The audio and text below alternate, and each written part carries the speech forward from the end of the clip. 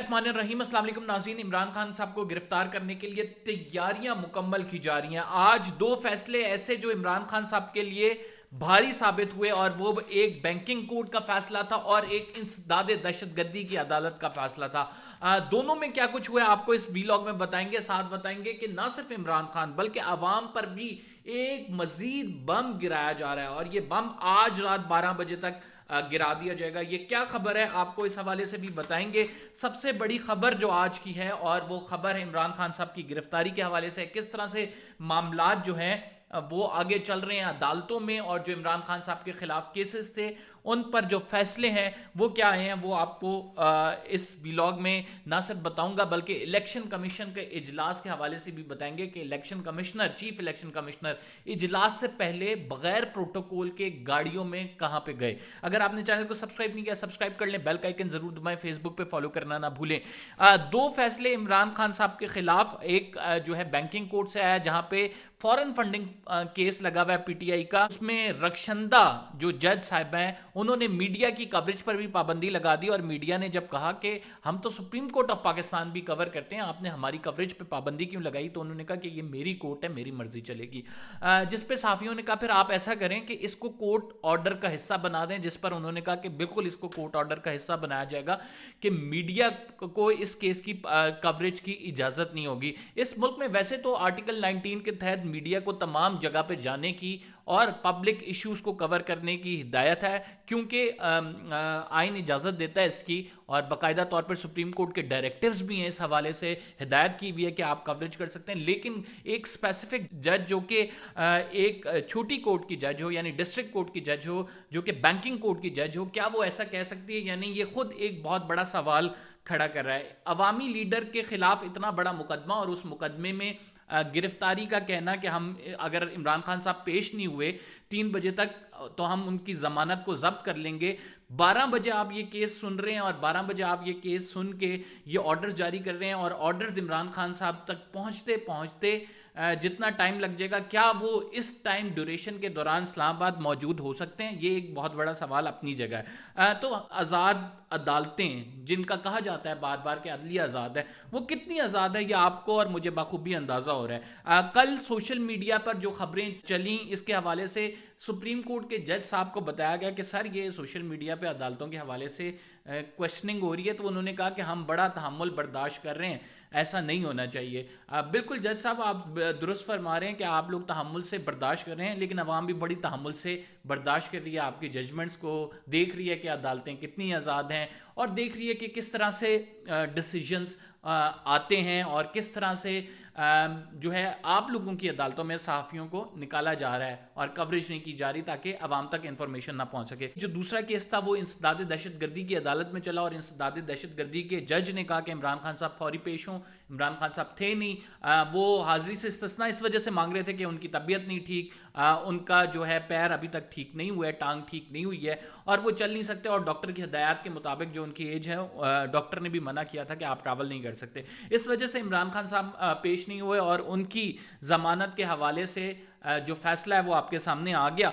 तो अब ये देखना है कि ये मामला तो गिरफ्तारी का बनाया जा रहा है, माहौल बनाया जा रहा है, जमान पार्क में भी अनयूजुअल मूवमेंट हुई है, तो ये क्या वाकई इमरान खान साहब को गिरफ्तार करने में कामयाब हो पाएंगे? बिकॉज नवाज शरीफ साहब ने आपको पता है एक शर्त रखी थी, और वो शर्त यही थी कि मैं पाकिस्तान तब आऊँगा जब इमरान खान साहब को गिरफ्तार करके आप नहल करेंगे। जो कुछ मेरे साथ हुआ वो इमरान खान साहब के साथ भी किया जाएगा। जिस तरह से मामला चल रहे हैं आपको पता है 12 बजे से पहले आप पर एक और बम गिरने लगा है, वो पेट्रोल बम है। 32 रुपए पेट्रोल बढ़ रहा है, 10, 12, 13, 14, 15 रुपए नहीं बढ़ रहा, 32 रुपए पूरे बढ़ रहा है। और 32 रुपए की जब ये असर आएगा तो अवाम की कमर टूट जाएगी। जितनी महंगाई ये 32 रुपए पेट्रोल बढ़कर कराएगा। 170 अरब रुपए जो है हुकूमत ने नए टैक्स की मद में लगाने, और कर आरिफ अलवी साहब से मिलकर जो है वजीर खजाना इसहाक डार ये बात कर रहे थे कि आप ऑर्डिनेंस के थ्रू जो है ये टैक्सेस नए नाफिज कर दें, जिस पर आरिफ अलवी साहब ने कहा कि मैं क्यों नाफिज करूं, ऑर्डिनेंस के थ्रू یہ ٹیکسز، جبکہ اس کے لیے منی بجٹ ضروری ہے. عوام جو ہے وہ اپنے اگر ٹیکسز لگانے ہیں تو پارلیمنٹ سے اس کو اپرووڈ کرائیں.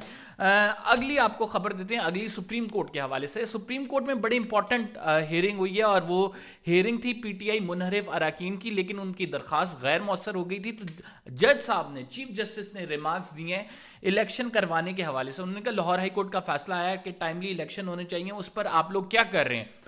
جس پر بتایا گیا ڈی جی الیکشن کمیشن کی جانب سے کہ اس پر ہم گورنر سے مشاورت کر رہے ہیں. جس پر جسٹس عائشہ ملک نے پوچھا کہ گورنر سے مشاورت کی کیا ضرورت ہے، آپ نے تو الیکشن کی تاریخ دینی ہے. جس پر جو ہے وہ جسٹس اطہر من اللہ نے کہا کہ غالباً لاہور ہائی کورٹ کے جج نے فیصلے میں لکھا ہے کہ گورنر سے مشاورت کے بعد اس تاریخ کا اعلان کیا جائے، اس وجہ سے ہی مشاورت کی جا رہی ہے. چیف جسٹس نے کہا کہ اگر یہ فیصلے میں لکھا ہے تو آپ مشاورت کریں اور الیکشن کی تاریخ کا اعلان کریں. یعنی چیف جسٹس نے، سپریم کورٹ نے لاہور ہائی کورٹ کے فیصلے پر عمل درآمد کا حکم انڈائریکٹلی ڈی جی لا الیکشن کمیشن کو دے دیا ہے.